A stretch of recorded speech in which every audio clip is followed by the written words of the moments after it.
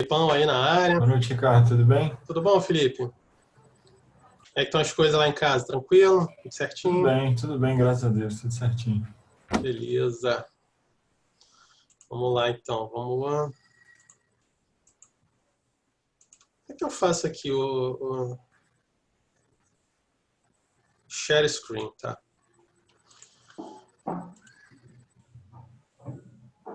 Estão vendo aí? Então, beleza. Então, vamos embora. Vamos tocar o barco aí. Ai, ai. Começou a gravar aí já?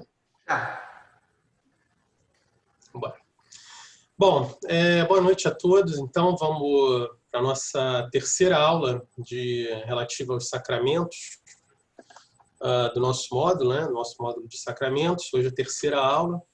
Então, depois da primeira aula, foi uma introdução geral, né? Acerca da economia sacramental, né? Da estrutura sacramental da igreja.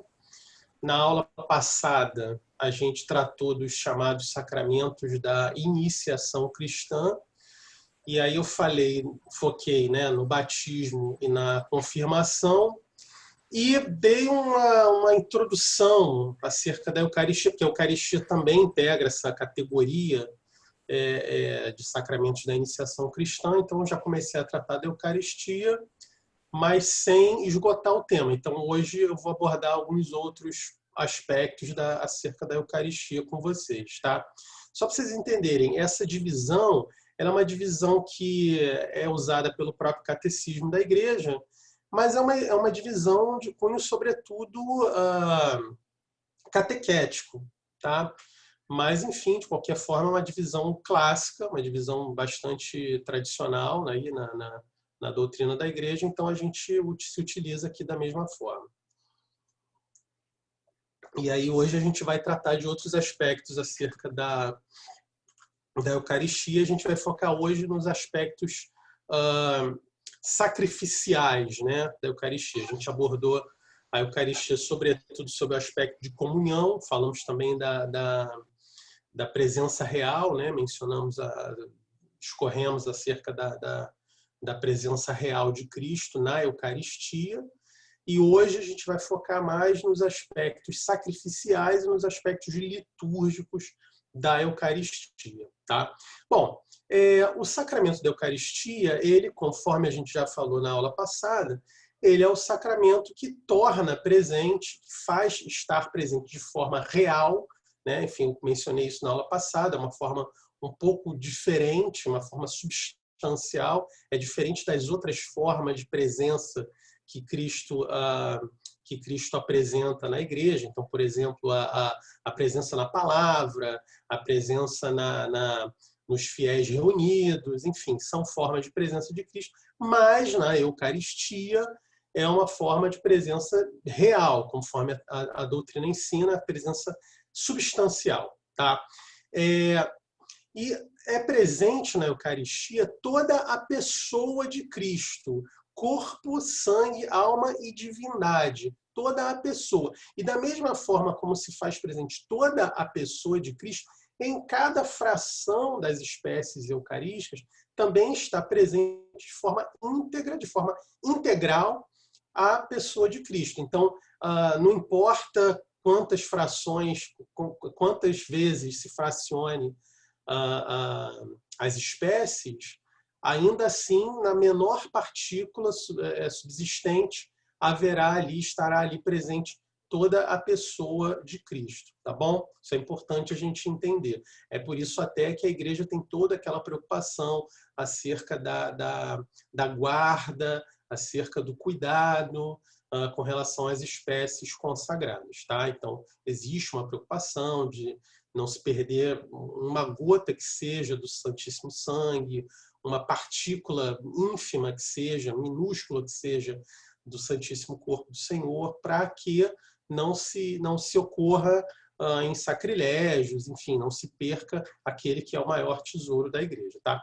E o fundamento assim como os demais sacramentos da mesma forma, mas sobretudo na Eucaristia, o fundamento de existência da Eucaristia é o sacrifício redentor do Senhor na cruz, tá? E na Eucaristia, aquele sacrifício da cruz, ele se perpetua. Então, a cruz, ela é um memorial, conforme ensina a doutrina, ela é memorial da morte e ressurreição. Ela é memorial do mistério pascal de Cristo. Tá? Então, já tratamos isso na aula passada. Então, ela, portanto, também assume um aspecto de banquete pascal, ela é uma rememoração, ela é um memorial daquela ceia pascal celebrada pelo Senhor, e também tem um aspecto escatológico, também falei isso na aula passada, no finalzinho, ela é também penhor da glória futura. Então, ela já, digamos assim, enfim, já nos torna participantes daquela ceia que haveremos de celebrar na casa do Senhor. Então, ela tem também esse aspecto de fim dos tempos, escatológico, né? Enfim, a doutrina ensina que o fim dos tempos, de alguma forma, embora não saibamos em detalhes como será, não é bem o tema da aula de hoje, aliás, não é o tema da aula de hoje, mas, de qualquer forma, por ser relevante, eu menciono. O fim dos tempos ele será como que um dia sem fim, né? Um grande domingo, né? Uma grande missa, né? Enfim, uma missa eterna, né? Um domingo eterno, digamos assim, seria mais ou menos essa a ideia, tá? Então, portanto, a Eucaristia celebrada já portanto, já nos admite a essa ceia da vida eterna, tá? Bom, enfim. E aí alguns nomes que a Eucaristia apresenta ao longo dos séculos, enfim, em diversos lugares também, mas, enfim, alguns nomes, né? Eucaristia, propriamente dito, que faz Eucaristia, o termo Eucaristia, ele significa ação de graças, então o termo Eucaristia quer dizer exatamente ação de graças, que faz referência ao rito em si, a um dos aspectos do rito sacramental, um dos aspectos do rito litúrgico, que é o rito de ação de graças, nós damos graças, é um dos aspectos, é um dos fins que a missa atende a esse fim de dar graças, esse fim eucarístico, daí o nome Eucaristia, Eucaristia é isso, né? É o grego para ação de graças. Fração do pão, que é, enfim, evidente menção ao rito, executado pelo sacerdote, memorial da paixão, conforme também já mencionei, ceia do Senhor, um aspecto, digamos assim, de banquete. Aí alguns termos que fazem referência mais a esse aspecto de sacrifício. Então, santo sacrifício, sacramento do altar, né? Altar que em todas as culturas sempre foi o local, digamos assim, onde se procedem os sacrifícios, onde são efetuados os sacrifícios, né? Enfim, desde mesmo em tempos pré-abrâmicos até, né? Enfim, em tempos pagãos, enfim, né? Hóstia, que quer dizer vítima, né? E, enfim, Santíssimo Sacramento, aí, claro, fazendo referência à centralidade que a Eucaristia assume na economia sacramental, na estrutura sacramental, é o principal sacramento. Corpo e sangue do Senhor, pão da vida, e aí, claro, já uma menção ao fruto, né, que se aure da Eucaristia, então é o pão que dá a vida. Aliás, o próprio Senhor usa esse termo, né, o próprio Senhor se identifica no capítulo 6 de São João como o pão da vida, né, enfim, cálice da salvação, viático, que é aquela última Eucaristia que é dada juntamente com a unção dos enfermos. Vamos falar da unção dos enfermos, que é outro sacramento. Vamos tratar da unção dos enfermos na semana que vem, se correr bem. E aí, viático, o termo viático, sobretudo, quer dizer caminho, né? O pão do caminho, o alimento do caminho, né? O termo viático faz referência a isso, né? Caminho, via, é latim para caminho, enfim, aliás, em português também. Comunhão, missa que já é uma referência, que aliás é o termo mais utilizado por nós aqui no Ocidente, mas é referência àquela última parte, aquele último trecho da celebração litúrgica em que o sacerdote despede o povo. Então, é aquela despedida do sacerdote. Então que em latim o sacerdote fala, né? Ite missa est. Ou diácono, né? Assim, se houver o diácono. Ite missa est. Em português, na versão brasileira, né? Na versão daqui do Brasil, se traduz por ide em paz, né? Ide em paz e que o Senhor vos acompanhe, né? E aí se responde graças a Deus. Enfim, mas é o ite missa est. Esse missa faz referência a uma ideia de envio, de um caráter apostólico que a Eucaristia, portanto, assume, né? O verbo mittere, né? Enviar, né? Então, dali da missa somos enviados, então partimos em missão, a mesma origem, o mesmo radical, partimos em missão, somos enviados. Portanto, apostólico, apostelo, né? É o mesmo verbo. Mittere é latim, apostelo é grego, né? Mas é o mesmo verbo, enviar. Então, esse caráter apostólico, esse caráter missionário que a Eucaristia assume, portanto. E um termo que eu acho bastante bonito, que é um termo, sobretudo, utilizado no Oriente, que é Santa e Divina Liturgia, né? Um nome assim, bastante eloquente. Tá? E, como eu já mencionei, a Eucaristia ela assume uma precedência na ordem sacramental da Igreja. Os demais sacramentos, eles...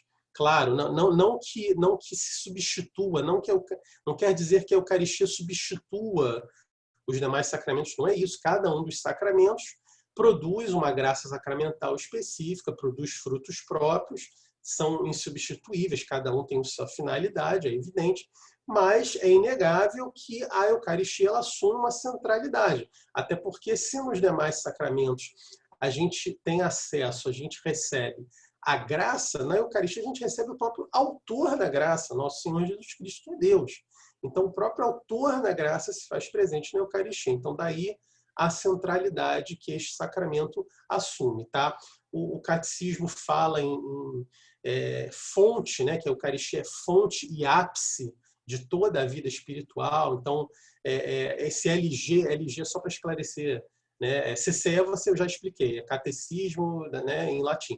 E LG não é a marca de celular, não. LG é Lumen Gentium, que é um documento do Concílio Vaticano II, tá? É um documento lá do Concílio Vaticano II, um documento muito importante.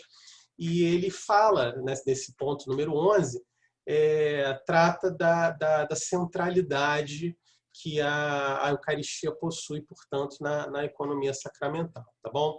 Bom, no Antigo Testamento já havia algumas prefigurações da Eucaristia. Então, por exemplo, aquele episódio de Abraão vai ter com aquele sacerdote, com aquele rei de Salém, né? Salém que seria a moderna Jerusalém, enfim, a Jerusalém já dos tempos de Cristo. Salém também quer dizer paz, então é a mesma origem da palavra paz. Então é uma figura que evidentemente faz uma prefiguração do Senhor, né? Enfim, que é aquele rei que é também sacerdote, né? E que é rei de Salém. E é sacerdote do Altíssimo e ele oferece aquele mesmo sacrifício, os dons que ele oferta ao Senhor, ele como sacerdote do Deus Altíssimo, conforme acho que é capítulo 14 de Gênesis, se eu não me engano, que está a história de Melquisedeque, né, que está em esse encontro de Abraão com Melquisedeque, acho que é capítulo 14. Ele oferece pão e vinho. Né? Então essa figura de Melquisedeque, aliás, no próprio Antigo Testamento, ela já se identifica essa figura como digamos, uma figura de ordem messiânica. Então, o Salmo 109 fala, né? Tu és sacerdote, referindo-se evidentemente ao Messias, né? Tu és sacerdote segundo a ordem de Melquisedeque, né? Enfim. E, claro, a carta aos Hebreus, aí já no Novo Testamento. Aliás, acerca da Eucaristia, já registro aqui que recomendo a leitura da carta aos Hebreus, né? A carta aos Hebreus, ela tem ela é, digamos assim, um documento da Escritura, né? Um trecho da Escritura que é central no estudo da Eucaristia. Então, assim como o capítulo 6 de João, né? Então a carta aos Hebreus ela deve ser lida para se ter ali uma dimensão do que é a Eucaristia, trata muito acerca disso, do sacerdócio também, né? A carta aos Hebreus também fala muito. Então, ao estudarmos o sacramento da ordem, o sacramento da Eucaristia, devemos olhar para a carta aos Hebreus com carinho, tá?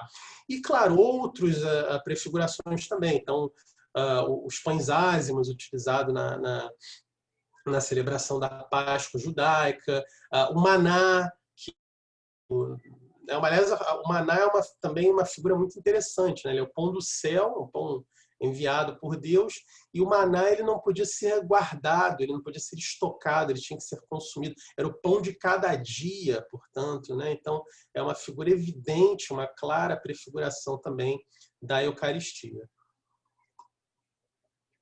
Já mencionei aqui aí já vindo para o Novo Testamento, o célebre discurso do Pão da Vida na sinagoga de Cafarnaum, que é o capítulo 6, é boa parte do capítulo 6 de João, do livro de João, e esse trecho do Evangelho de João, ele, digamos assim, é difícil dar-se uma interpretação que não seja a interpretação católica. Então, é difícil, digamos assim, aceitar qualquer teologia, digamos assim, que recuse a Eucaristia ou a ideia de sacrifício da Eucaristia, ou até mesmo a presença real de Cristo na Eucaristia, após lermos o capítulo 6 de João. Tá? E lá em João 6, no 52, mais especificamente, ele fala, né?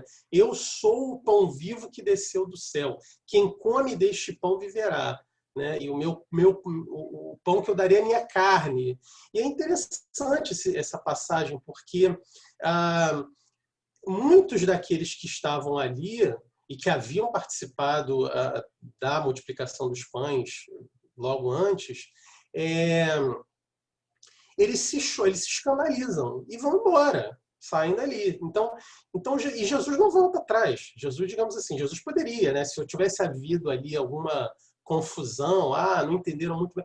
Eu imagino que Jesus fosse explicar, não, gente, peraí, vocês não entenderam muito bem, né? Peraí, não vai embora não, segura aí, né? Vocês não estão entendendo, é um símbolo. Tal. Não, ele não volta atrás. Muito pelo contrário, ele se vira para os apóstolos e fala, e vocês também querem ir embora, né? Vocês também vão? E aí aquela belíssima, né, profissão de fé de Pedro que ecoa em todos os séculos, nós a devemos repetir até os dias de hoje, né? A quem iremos? A quem iremos? Só tu tens palavras de vida eterna, disse Pedro, né? E claro, aí evidentemente a última ceia, que está narrada nos evangelhos sinóticos, todos eles, né? Mateus, Marcos e Lucas, não está, quer dizer, a última ceia está no Evangelho de João, mas não o trecho da instituição da Eucaristia, né? O Evangelho de João, boa parte dele é a última ceia, mas aí ele trata de outros pontos da última ceia. Então fala do lava-pés, mas não é aqui o nosso ponto, né? A gente não está estudando aqui propriamente o Evangelho de João. E também está na primeira carta de São Paulo aos Coríntios. Então está também a narrativa da instituição. Tá? E é fato, olhando para a Escritura, olhando de forma sistêmica para a Escritura, há de se perceber que aquele evento era um evento central na vida do Senhor. Tá?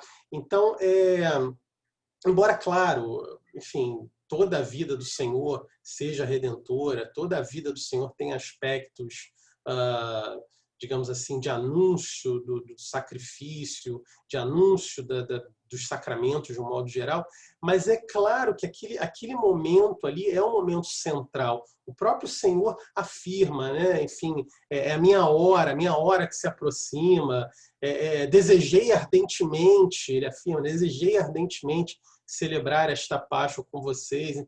Então era um momento de fato ali central na missão de Cristo, tá? Então ele deixa isso bem claro, tá bom? E naquele contexto daquela ceia, coloquei aí uma imagem menos conhecida, né, da última ceia, saiu um pouco aí do padrão, né, lá do Leonardo da Vinci. E ele diz, né, então, isto é o meu corpo, e aí um mandato, né, então, fazer isto em memória de mim. Então, ele determina que a igreja, enfim, por todos os séculos, façam aquilo ali, tá? Então, de alguma forma, ele lá ali na Santa Ceia, ali na última ceia, ele antecipa sacramentalmente a nova Páscoa, o sacrifício que ele irá, digamos assim, oferecer no próprio corpo dele no altar da cruz. Então, o que devemos entender, então, é que há uma unidade entre aqueles eventos da quinta-feira, lá no cenáculo, aqueles eventos da sexta-feira, a crucificação propriamente dita, e as missas que celebramos até hoje. Então há uma unidade, há uma unidade. Então, isso se dá de forma, assim, não é, embora seja algo misterioso, mas é simples de se entender, porque, veja, Deus está acima do tempo. Então, é possível, portanto, que um evento, ele, digamos assim, se descolhe do tempo, né? Porque, embora, claro, aquele evento específico da ceia do Senhor, ele tenha ocorrido num dado momento, num dado ponto do tempo, então haja ali uma data precisa, né? Enfim, naquela quinta-feira, naquele ano, naquele horário, de fato aquilo aconteceu, é um evento histórico, assim como a crucificação também é um evento histórico, mas, dada a sua importância, dada a sua centralidade, a sua relevância, este evento que se une à paixão do Senhor na cruz, ele, digamos assim, extrapola o tempo, ele sai do tempo e se perpetua. E é isso que é a ideia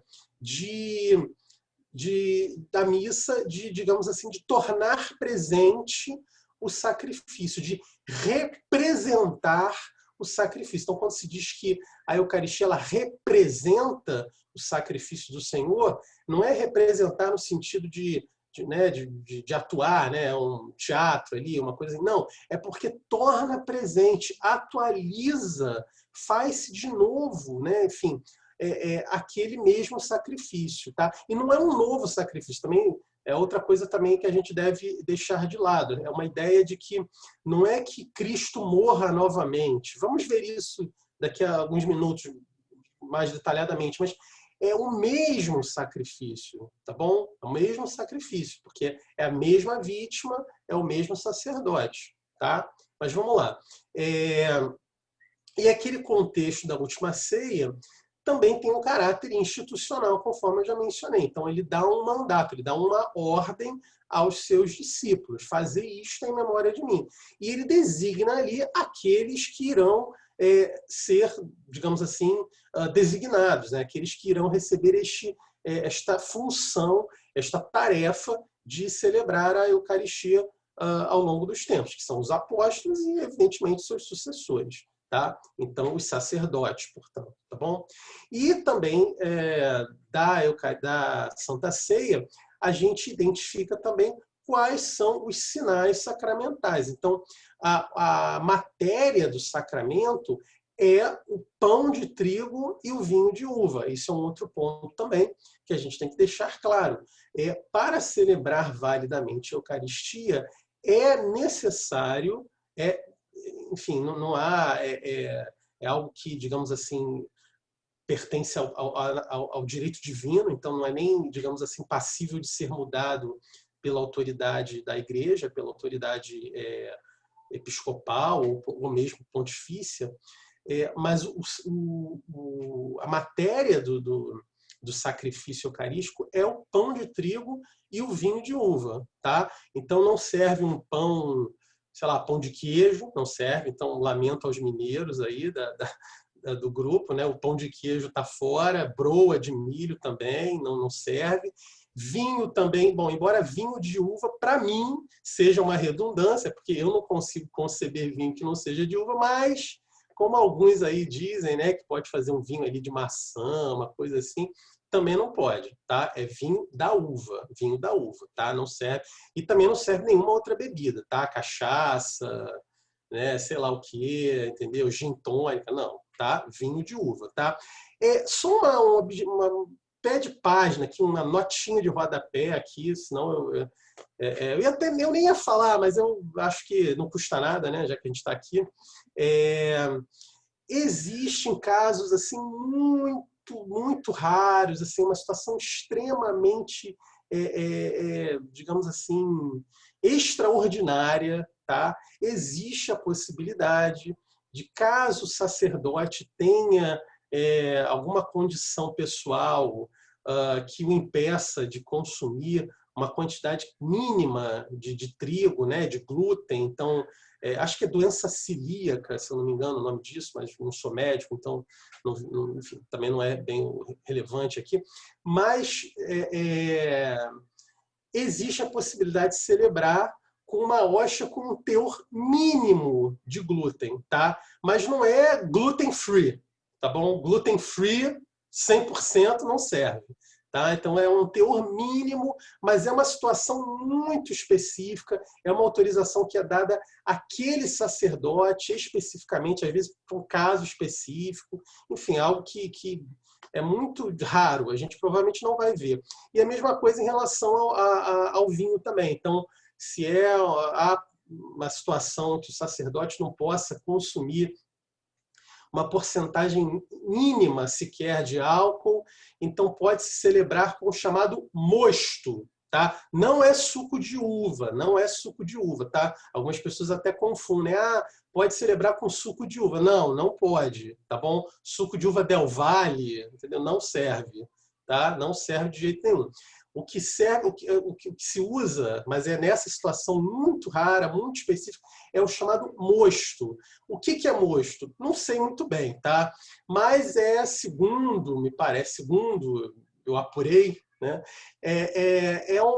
O vinho naquela etapa muito inicial, tá bom? Então assim, a uva já tendo sido prensada e aí vai começar a fermentar, então de alguma forma, por algum processo aí químico, físico, sei lá, se breca, se freia aquele processo natural da fermentação, tá bom? Mas portanto, assim, chega a ser vinho, mas é um vinho na sua etapa muito inicial, na sua primeira etapa, tá bom? É o chamado mosto, né? Enfim, só para deixar claro aí, pode ser que vocês venham a ver aí em algum lugar, né? Pode celebrar com suco de uva. Não, não é bem assim. E é uma situação extraordinária, excepcionalíssima, tá? Volto a dizer, tá bom? Bom, e aí falando aqui agora já mais especificamente do aspecto sacrificial da missa, ensina o catecismo que a Eucaristia ela é ação de graças e louvor ao Pai, então ela tem um caráter, portanto, de ação de graças, né, eucarístico, e de louvor, de dar louvor, de reconhecer Deus como Deus, conforme iremos ver no finalzinho da nossa aula. É o último ponto da nossa aula, já iremos ver isso. É também memorial sacrificial, que é o que vamos ver agora, e também é a presença de Cristo pelo poder de sua palavra e de seu Espírito, que é o que vimos na aula passada. Então, vimos que a Eucaristia é a presença de Cristo. Então, falamos do culto, a Eucaristia e tudo mais. Tá? Então, são, digamos assim, essas as dimensões da Eucaristia conforme ensina o catecismo. Tá bom? É ação de graças e louvor, porque, veja, por meio da missa, por meio da Santa Eucaristia, a Igreja ela reconhece os benefícios que Deus dá e dá graças, e agradece, né? Reconhece os benefícios que Deus dá, né? Por tudo, né? Pela criação, pela redenção e também pela santificação, que é, digamos assim, a obra do Espírito Santo, né? Enfim, embora, claro, toda a ação de Deus ad extra, né? Ou seja, fora de Deus, ela é a ação da Trindade, mas, enfim, a gente normalmente diz isso, né? Que essa santificação a gente costuma, para fins catequéticos, a gente costuma, digamos assim, identificar com a pessoa do Espírito Santo, muito embora, claro, sabemos que toda obra de Deus é trinitária em sua natureza, tá? Então a gente dá graças por tudo isso, a gente dá graças por todos os dons que Deus dá. Então, e além disso a gente canta a glória de Deus, a gente reconhece que Deus é Deus, digamos assim, e por ser Deus ele é como que credor de todas as glórias, né? Então a Ele todas as glórias. Deus é Deus, a Ele cabe toda a honra, toda a glória. Então nada, não há lugar mais apropriado para reconhecermos que Deus é o próprio Deus, e, portanto, merece todo o louvor, do que a própria missa, tá? A missa ela é sacrifício, então supera, a gente chama de novo sacrifício, porque de fato supera os sacrifícios anteriores, os sacrifícios das chamadas religiões naturais. Então, sempre houve na história humana, na longa história humana, sempre houve, digamos assim, ritos de sacrifício, tá? Cruentos, enfim, aliás, isso é parte normal né, da cultura humana, né? Embora hoje, não, sobretudo para nós, que vivemos numa sociedade, pelo menos a princípio, né, cristã, e tal, então pode parecer algo que cause, né, uma certa ojeriza, enfim, a ideia de um sacrifício cruento e tal, mas de fato é algo que é da própria natureza da relação do homem com o divino, tá? Então oferecer sacrifício sempre foi algo que foi efetuado, até mesmo pelos judeus, né? Então os judeus lá, porque os judeus hoje em dia não têm mais templo, né? Então eles não têm mais lugar para oferecer sacrifícios, mas os judeus por exemplo, no tempo de Cristo e antes disso, né, os judeus lá que estão na Escritura e tudo mais, eles ofereciam sacrifícios cruentos, né, enfim, né, cordeiros, né, animais e tudo mais, né. Eu imagino que ali na Páscoa judaica, né, aquela quantidade ali devia ser né, digamos assim, um clima bastante, né, até um odor, né, diria, né, uma coisa assim bem forte. Podemos presumir, tá bom? E o sacrifício de Cristo, o sacrifício redentor de Cristo, ele naturalmente ele supera, mas de longe, né? Enfim, ele eleva a um grau máximo, a um grau absoluto, todos os sacrifícios realizados, tanto pelas chamadas religiões naturais, como também os sacrifícios do Antigo Testamento, conforme eu mencionei, tá? Os sacrifícios conforme as normas da lei de Moisés, tá? Ele é também memorial da paixão, então, conforme eu repito aqui, né, é uma ideia que a gente tem que deixar bem clara. Então, torna presente o sacrifício redentor da cruz, tá? Então, é isso, inclusive, que dá a eficácia sacramental da Eucaristia, né? Tornar presente o sacrifício redentor da cruz. E isso se traduz, sobretudo, nas palavras da fórmula, né? Isto é o meu corpo, que são palavras do próprio Senhor, né? Este é o meu corpo, este é o meu sangue, este é o cálice do meu sangue. Então, o Senhor fala aquilo na primeira pessoa, o sacerdote que empresta a sua boca, a sua língua ao Senhor, uma vez que ele próprio é o sacerdote, né? O Senhor é o sacerdote, Cristo é o sacerdote. O sacerdote, o sacerdote ali celebrante, ele o faz na pessoa de Cristo, né? Em persona Christi. Então, empresta o seu corpo, a sua boca, as suas mãos, a sua língua a Cristo para pronunciar aquelas palavras da instituição da Eucaristia. Isto é o meu corpo, isto é o meu sangue, tá? Então, é isso. Essa é a ideia que a gente precisa ter bem clara, tá? Isso se torna bastante evidente olhando, sobretudo, para essas palavras, tá? Porque são as palavras da fórmula prevista. Peraí, acho que eu passei, né? Passei, desculpa. Aqui, esse é o slide. O sacrifício da missa, ele é sacrifício de Cristo, mas é também o sacrifício da igreja, uma vez que a igreja é o corpo místico de Cristo, né? Então, a igreja, por ser o corpo do Senhor, ela se oferece juntamente com Cristo. Então, no altar é oferecido também a igreja. Então, toda a igreja ela se dá em holocausto juntamente com o Senhor, ela se une ao sacrifício do Senhor, tá bom? Então, não digamos assim, exatamente pelos méritos de Cristo, podemos nos unir ao sacrifício redentor do Senhor e aí, digamos, obter os benefícios decorrentes da celebração da Eucaristia, tá? Essa é a ideia, digamos assim, tá?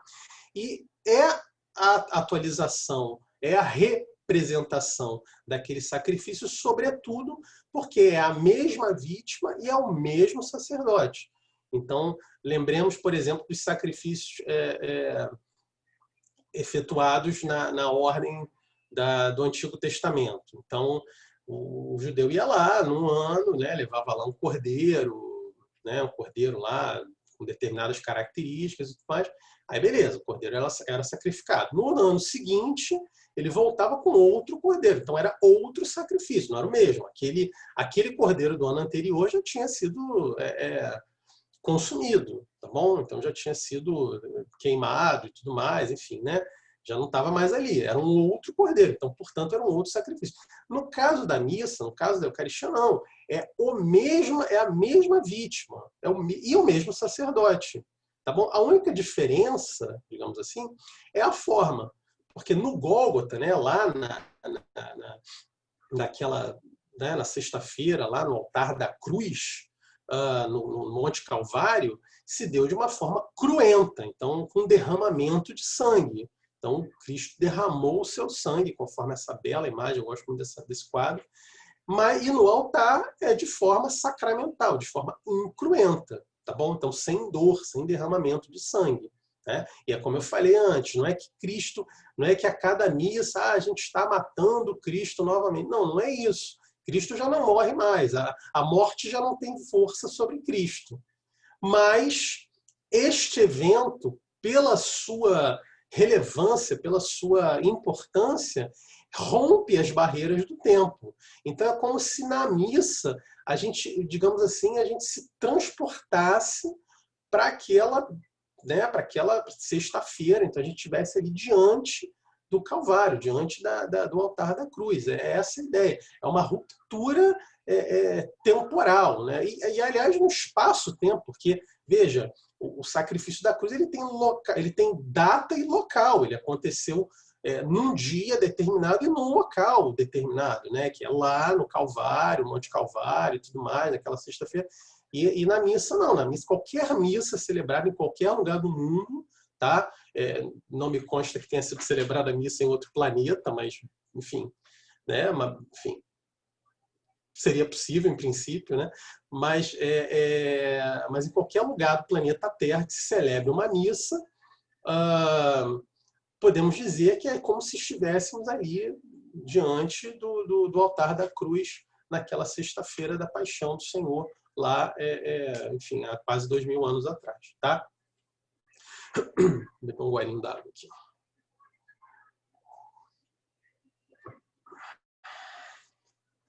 E a igreja, corpo de Cristo, ela participa da oferta da cabeça, que é o próprio Cristo, ela mesma se oferece integralmente, né? Portanto, todas as gerações se unem. Então, esse sacrifício ele se perpetua ao longo dos séculos e todas as gerações podem, de alguma forma, se unir à oferta de Cristo. E mais do que isso, a igreja, quando a gente fala igreja, não é apenas a igreja chamada igreja militante, né? A igreja, nós, né, que estamos aqui vivos e, portanto, combatendo, né, portanto, militante, né, milites, né, milícia, né, soldado. Então, a gente está aqui combatendo, né, a gente está aqui lutando, né, para chegarmos à santidade, enfim, chegarmos à morada do Pai. Então, somos da igreja militante. Não somente a igreja militante, mas também a igreja do purgatório, a igreja chamada padecente, e a igreja já do céu, a igreja triunfante, tá? No inferno não tem igreja, tá? No inferno, a galera não tá lá a igreja, tá? Spoiler aí. E claro, a estrutura da igreja, a estrutura da missa, ela é uma estrutura hierárquica. Então, a celebração da Eucaristia, ela tem sim uma estrutura hierárquica. Então, cada um deve fazer aquilo que lhe cabe, aquilo que lhe é próprio. Tá? Há uma natural precedência da figura do sacerdote, até porque, veja, sem o sacerdote não é possível celebrar a missa, tá bom? Não é possível.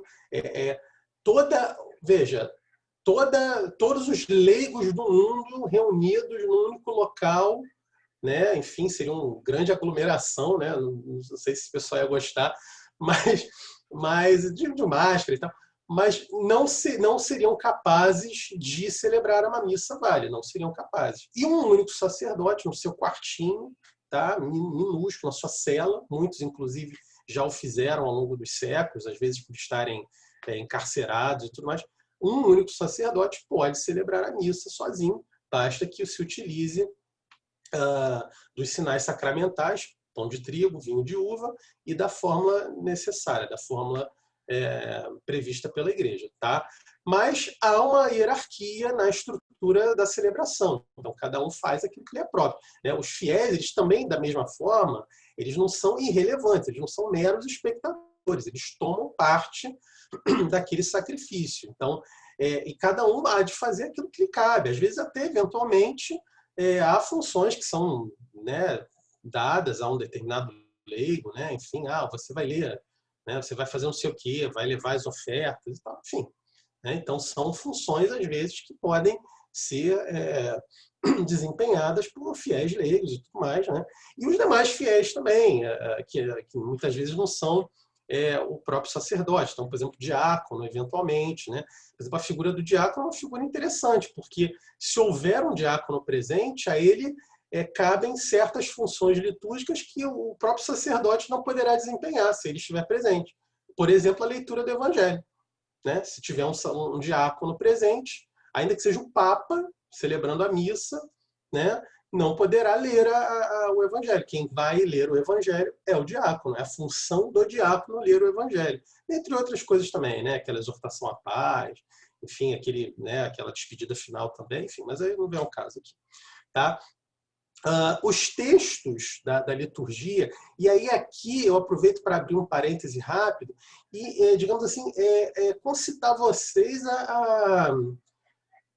a partir de agora, vocês já estão numa longa caminhada aí, vocês, assim, quando vocês estiverem participando, acho que falei isso até na aula passada também, repito aqui, eu sou repetitivo mesmo, normal, eu recomendo que vocês, ao tomarem parte de alguma celebração litúrgica, seja ela qual for, né, sobretudo a missa, que vocês procurem prestar atenção em cada palavra, em cada termo que é utilizado, até assim, tempo verbal, né? Enfim, as palavras importam, né? As palavras que são utilizadas, os gestos, né? Tudo é de grande valor, é de grande simbolismo. E a liturgia ela tem um valor pedagógico, catequético também muito, muito grande, tá? E os textos da liturgia eles expressam bem esse caráter eclesial, católico da Eucaristia, tá bom?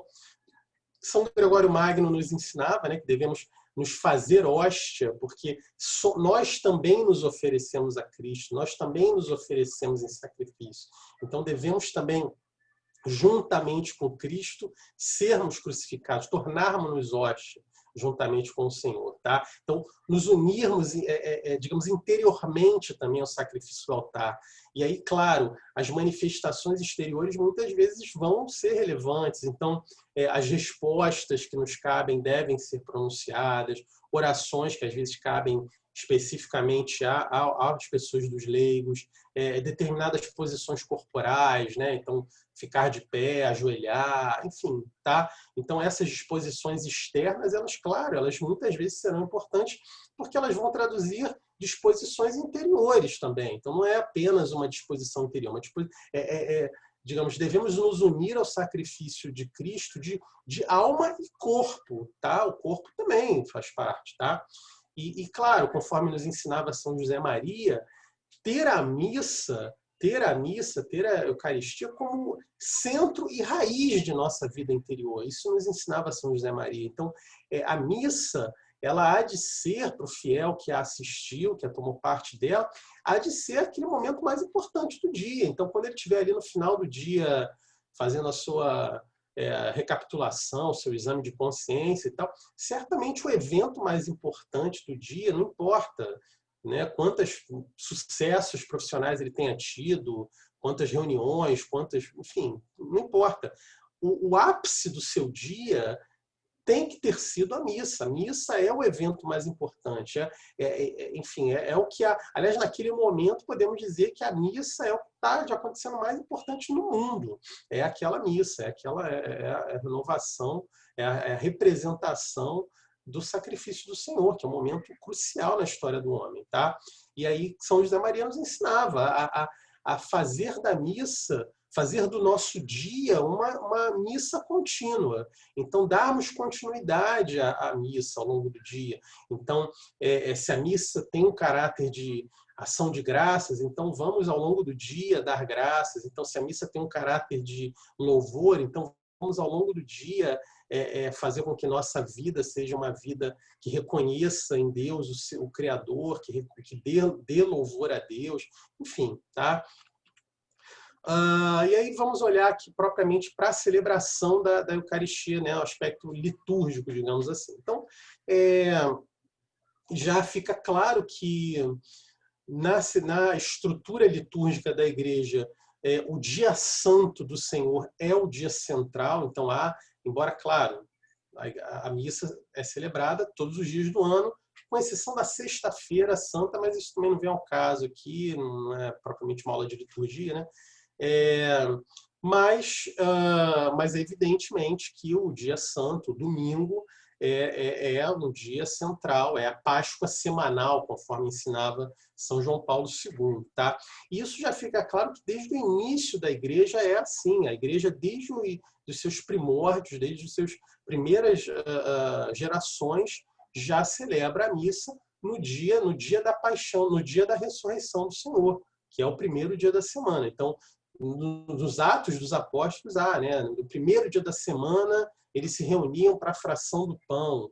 Né? Tem um trecho muito bonito de São Justino. Né? São Justino é século II, então assim, tá ali, né, pertinho dos apóstolos. Né? São João morreu no ano 100, mais ou menos, então São Justino, provavelmente São Justino ali, quem batizou São Justino deve ter conhecido um dos apóstolos, então ali as primeiras gerações dos cristãos, né? Só para vocês terem uma ideia do quão perto a gente está das origens do cristianismo quando mencionamos São Justino. E São Justino tem um célebre texto, né, uma carta que ele envia, que ele narra em detalhes a Eucaristia. E veja, aquelas mesmas estruturas litúrgicas que ele menciona estão presentes até hoje. Então, ele fala da liturgia da palavra, ele fala dos gestos que o sacerdote faz, e ele fala, né, no dia do sol, no dia do sol. Então, portanto, domingo, né, é o Sunday, né, enfim.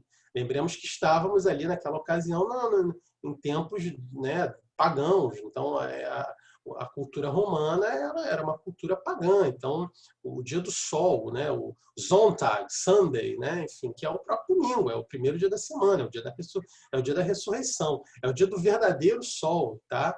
Enfim, né, o sol que irá iluminar todos os povos, né, a luz sem ocaso, enfim, que é o próprio Cristo. Né, essa celebração da Eucaristia, ela guarda esses mesmos elementos essenciais até hoje, são os mesmos elementos, tá bom? Então, claro, uma assembleia eucarística que é convocada por Cristo e se reúne ao redor do Senhor, então essa mesma assembleia, temos isso até hoje, evidentemente, que é hierarquicamente estruturada. Então, claro, o sacerdote, ele preside aquela assembleia, ele digamos assim, tem uma presença que digamos, imprescindível na estrutura litúrgica, né? Porque ele que o faz, ele que administra o sacramento na pessoa de Cristo, em persona Christi, né? Mas temos também os demais ministros, fiéis, enfim, né? Enfim, cada um faz aquilo que lhe deve, conforme já mencionei, e somente o sacerdote poderá consagrar as espécies sacramentais, tá? Isto porque assim quis o Senhor. Então, o Senhor, ele reuniu ali, né, ao redor dele somente aqueles discípulos, os apóstolos, né? Então, somente aos apóstolos ele concedeu aquele poder de consagrar as espécies eucarísticas, tá bom? Então, somente os sacerdotes podem celebrar validamente a Eucaristia, né? E o rito, digamos assim, que também desde os seus inícios, desde o princípio, guarda essa mesma estrutura. Então, formado pela liturgia da palavra, que nada mais é do que a leitura de trechos da vida de Cristo e também das cartas dos apóstolos e tudo mais, né? Enfim, temos isso até hoje, evidentemente. E a liturgia eucarística, que é o centro do rito, que é aquela chamada oração, a oferta dos dons, né? Então, a entrega dos dons, né? Pão e vinho, que irão se tornar corpo e sangue. E a fórmula, que é aquela oração chamada oração eucarística, ou anáfora, também vocês podem encontrar aí alguns textos o termo anáfora, né? Que, veja, tem sempre que ser de acordo com os livros aprovados pela autoridade eclesiástica, né? Então, aqueles livros chamados livros litúrgicos, né? Então, o sacerdote, ele também não cabe ao sacerdote criar ali, né? Enfim, então, ele deve cumprir, né? Proferir aquelas palavras que estão ali e fazer aqueles gestos também que eles estão previstos, né? Chamadas rubricas, né? As rubricas, porque o termo rubrica vem porque nos livros litúrgicos, se vocês um dia olharem um livro litúrgico, tem lá umas frases, lá umas palavras em letra vermelha, né? Então, vermelho, rubro, né? Rubrica, são, digamos assim, os gestos que o sacerdote deve realizar, né? Então, junta a mão, abre a mão, fala em silêncio, se volta para o público, enfim, né? São, digamos assim, orientações que o sacerdote deve seguir durante a celebração da liturgia, né? Não só a missa, tá? Mas sobretudo a missa, tá? O sinal sacramental já falei, eu coloquei aqui de novo, né? Porque estou falando da liturgia, mas eu já falei para vocês. Então, o pão de trigo, vinho de uva e as palavras da Eucaristia. Bom, vamos então tratar, e aí já encerrando, dos fins e dos frutos da Santa Missa. Então, veja, os fins da missa são aqueles mesmos fins da própria cruz, do próprio sacrifício da cruz, tá? Que conforme nos ensina a doutrina, nos ensina melhor a doutrina, são esses 4 aí, tá bom? Então é o fim latrêutico, o fim eucarístico, o fim propiciatório e o fim impetratório. Então vamos lá, o que são essas proparoxítonas aí, né? Então tá parecendo música do Chico Buarque, né? Latrêutico vem de latria, então a missa ela cumpre esse fim de dar louvor e adorar ao Senhor. Então, por meio da missa, não somente a missa, tá? Devemos prestar o culto de latria, conforme aliás vimos isso na aula passada, né? Por exemplo, culto às espécies eucarísticas fora da missa, tá? Mas que melhor ocasião para dar culto de louvor a Deus do que a própria missa. Então, a missa ela cumpre, sim, este fim, ela tende a este fim latrêutico, de dar louvor, de adorar, prestar o culto de adoração, de reconhecer que Deus é Deus, enfim, ao Senhor, ao Deus, tá? Ao Deus único. O fim eucarístico, né? Enfim, então, conforme o próprio termo já faz a referência, então, portanto, a ação de graças, também já falei sobre isso no início da aula, né? Não vou repetir aqui, para não ficar repetitivo, né? Então, dar graças. Também não é necessário que nós nos limitemos à missa, devemos dar ação de graças, enfim, a todo momento. Por exemplo, é uma prática bastante comum nas famílias, antes das refeições, né? Dar graças e tal, né? Enfim, são práticas, claro, recomendadas e tudo mais, mas, sobretudo na missa, devemos aproveitar a ocasião da missa para dar graças por tudo, por todos, pelos bens, pelos benefícios, enfim, e por toda a criação, seja lá o que for, né? Sempre haverá motivos para darmos graças a Deus, tá bom? Também atende a um fim chamado propiciatório. O que é isso, né? Veja, propiciatório é o fim de desagravar, digamos assim, de reparar as ofensas que são perpetradas em relação a Deus. Então, veja, Deus, infelizmente, ele é ofendido, ele é por nós mesmos, por meio de nossos pecados e tal, mas também por toda a igreja, né? Aliás, por toda a igreja não, por toda a humanidade, né? Não somente a igreja, mesmo aqueles que não estão na igreja, né? Que não são batizados também ofendem a Deus com seus gestos, com suas ações, com suas palavras. E por meio da missa podemos desagravar essas ofensas que são perpetradas em face de Deus, tá? Então, o que é isso, né? Veja, é uma ideia até simples, né? Então, da mesma forma que, vamos supor, né? Você, sei lá, você causa um dano a uma pessoa, tá? Então você quebra um bem qualquer, sei lá, você bate com o carro, quebra a porta do seu vizinho, tá? Vai estacionar. Então, claro, você não tem como desfazer aquilo que foi feito, mas você pode reparar.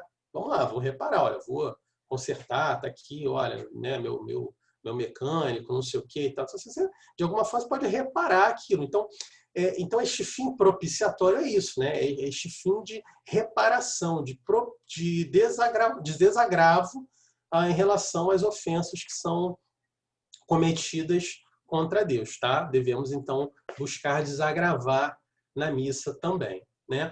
E o fim impetratório, que é talvez o fim que é mais utilizado por todo mundo, que é, digamos assim, a petição de coisas, né? De graças, de bens, de dons. Então, claro, devemos pedir sempre, né? Pedir, né? O próprio Senhor fala, né? Pedir ser-vos-á dado, né? Enfim, aquele mesóclise, coênclise, pró, sei lá, né?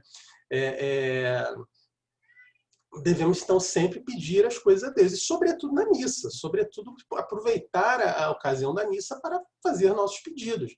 Então, seja do que for, né? Graças, bens mesmo, um aumento, né? Ou dons, vou ter uma reunião de trabalho, então, para poder falar melhor e tudo mais, ou né, um processo seletivo, vou precisar me expressar melhor. E tudo. Então, assim, são dons que a gente pode pedir na missa, são graças que a gente pode pedir na missa, sei lá, pela graça, né, do meu filho ser aprovado no vestibular, sei lá, enfim, tá? Agora, os frutos da missa, eles serão recebidos pelas pessoas de forma distinta. Então, claro, vai depender, assim, como foram todos os sacramentos, de modo geral, tá? Das suas disposições interiores. Então, enfim, do quão piedoso você toma parte da missa, do quão devotamente você toma parte da missa, dos seus atos de fé. Então, isso tudo, evidentemente, que, digamos assim, vai...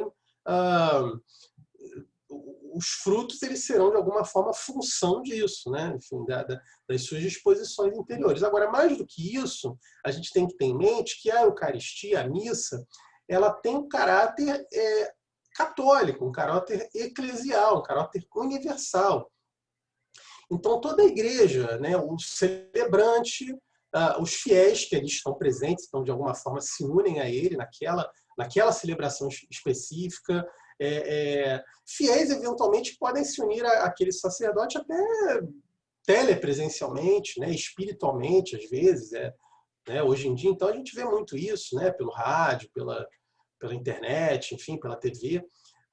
Mas, enfim, se unem àquele sacrifício, se unem àquela Eucaristia, então também vão aurir frutos daquela celebração, evidentemente, tá?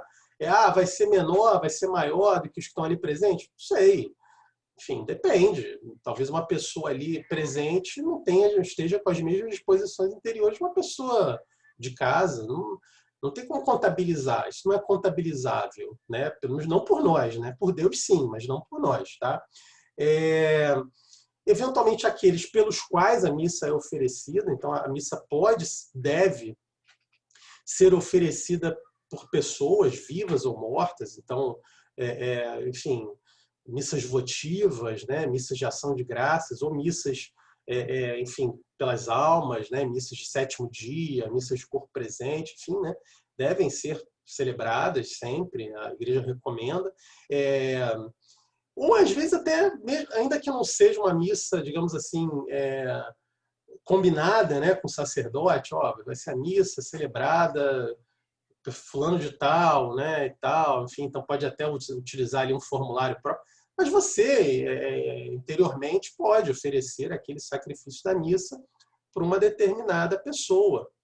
Então, aquela pessoa, ela vai receber também frutos daquela missa celebrada, enfim, de alguma forma também, que também não sabemos como contabilizar, tá? Mas, veja, e toda a igreja, aliás, mais do que toda a igreja, toda a humanidade recebe frutos. Aliás, humanidade não, toda a criação recebe benefícios de todas as missas.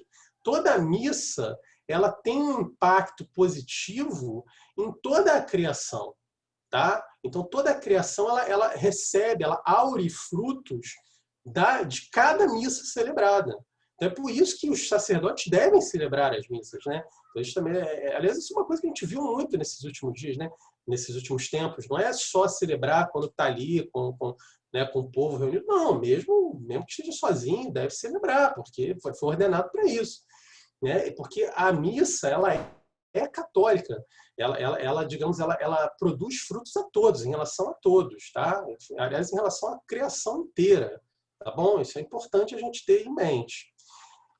E é isso. Com isso eu concluo com um trechinho aí do Sacramentum Caritatis, que é um documento do Papa Bento XVI. Eu recomendo que vocês leiam. Se vocês quiserem uma sugestão de leitura, fica aí o documento Exortação Apostólica Sacramentum Caritatis, do Papa Bento XVI. Né? Os textos do Papa Bento XVI são muito bons. E dizia lá o Papa Bento XVI em 2007. A fé da Igreja é essencialmente fé eucarística e alimenta-se de modo particular à mesa da Eucaristia. A fé e os sacramentos são dois aspectos complementares da vida eclesial. Suscitada pelo anúncio da palavra de Deus, a fé é alimentada e cresce no encontro com a graça do Senhor ressuscitado, que se realiza nos sacramentos. A fé exprime-se no rito e este revigora e fortifica a fé. Por isso, o sacramento do altar está sempre no centro da vida eclesial. Graças à Eucaristia, a Igreja renasce sempre de novo. Quanto mais viva for a fé eucarística no povo de Deus, tanto mais profunda será a sua participação na vida eclesial por meio de uma adesão convicta à missão que Cristo confiou aos seus discípulos. Testemunham a própria história da Igreja. Toda a grande reforma está, de algum modo, ligada à redescoberta da fé na presença eucarística do Senhor no meio do seu povo. É isso, meus caros. Se alguém tiver alguma dúvida, aí esse é o momento. Senão a gente já encerra, né, Zé Vieira? Tem alguma coisa aí no chat? Tem o chat. Desculpa, tem um chat aqui. Lumen Gentium, é isso aí, LG. O Wilton esclareceu aqui. E o Sérgio pergunta, na liturgia eucarística, na hora da entrega dos dons, podemos olhar o corpo e o sangue de Cristo ao ajoelhar? Claro, problema nenhum. Problema nenhum. Vejo, não tem nenhuma restrição em relação a isso, né? Veja, o sinal sacramental, ele é um sinal, aliás, veja, o sinal é visível exatamente por isso, né? Porque é um sinal, digamos, todos os sinais sacramentais, eles são sensíveis, né? Então, eles são, digamos assim, a gente pode, por meio dos nossos sentidos, termos contatos com ele. Então, veja, é um sinal visível, né? O sinal da Eucaristia é um sinal visível. Então, claro, podemos olhar, enfim. É uma questão pessoal, né? Tem gente realmente que talvez, né, prefira ficar com os olhos fechados ali, mas não há.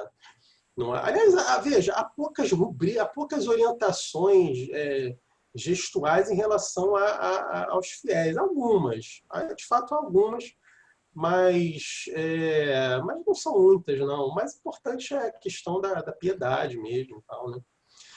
A missa tem a dimensão do louvor. Por que só se enfatiza o sacrifício para falar qual a música correta? Ou demonizam as palmas por causa dessa explicação? Olha, eu não sei se eu entendi muito sua pergunta. Vamos lá. Veja, a missa tem a dimensão do louvor, tá? Mas veja, duas coisas. Primeiro, a gente talvez tenha que entender o que é louvor, né? É porque existe talvez uma confusão entre que a ideia de louvor seja necessariamente uma ideia de você expressar-se em altos brados ou né, enfim, a questão das palmas, como você mencionou, e tudo mais, né? Então, costuma se confundir, né? Então, costuma se confundir. Louvor não é isso. Louvor é reconhecer que Deus é Deus. É reconhecer que Deus é o Criador. Tá? Isso é louvor. É por isso que o hino Glória a gente chama de hino de louvor.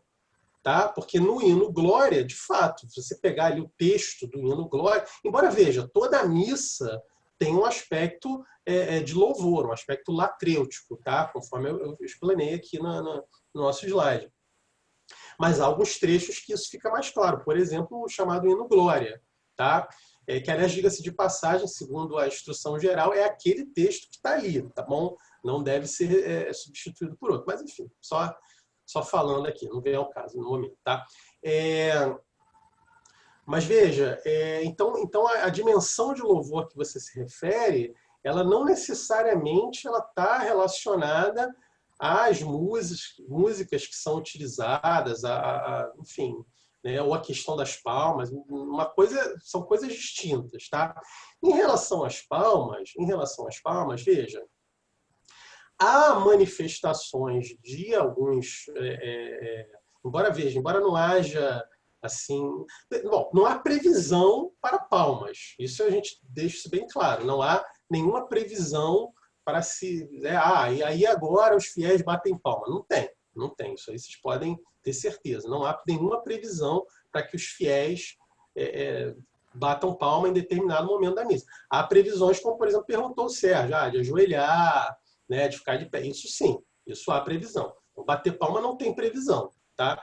E já houve manifestações, mas veja, não de caráter magisterial, não de caráter vinculante, não, certamente não. Orientações de algumas das pessoas, digamos assim, mais importantes aí, né? Então, por exemplo, o próprio Papa Bento XVI tem um texto célebre num livro que ele escreveu muito antes de se tornar Papa, que ele trata do tema das palmas e ele rejeita. Ele fala, olha, não é adequado, né?